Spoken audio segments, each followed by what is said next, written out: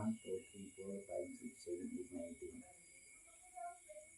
1, 2, 3, 4, 5, 6, 7, 8, 9, 10. Yung range of motion po natin. Tapos papaikot-ikutin natin siya para ano. Tapos, ito.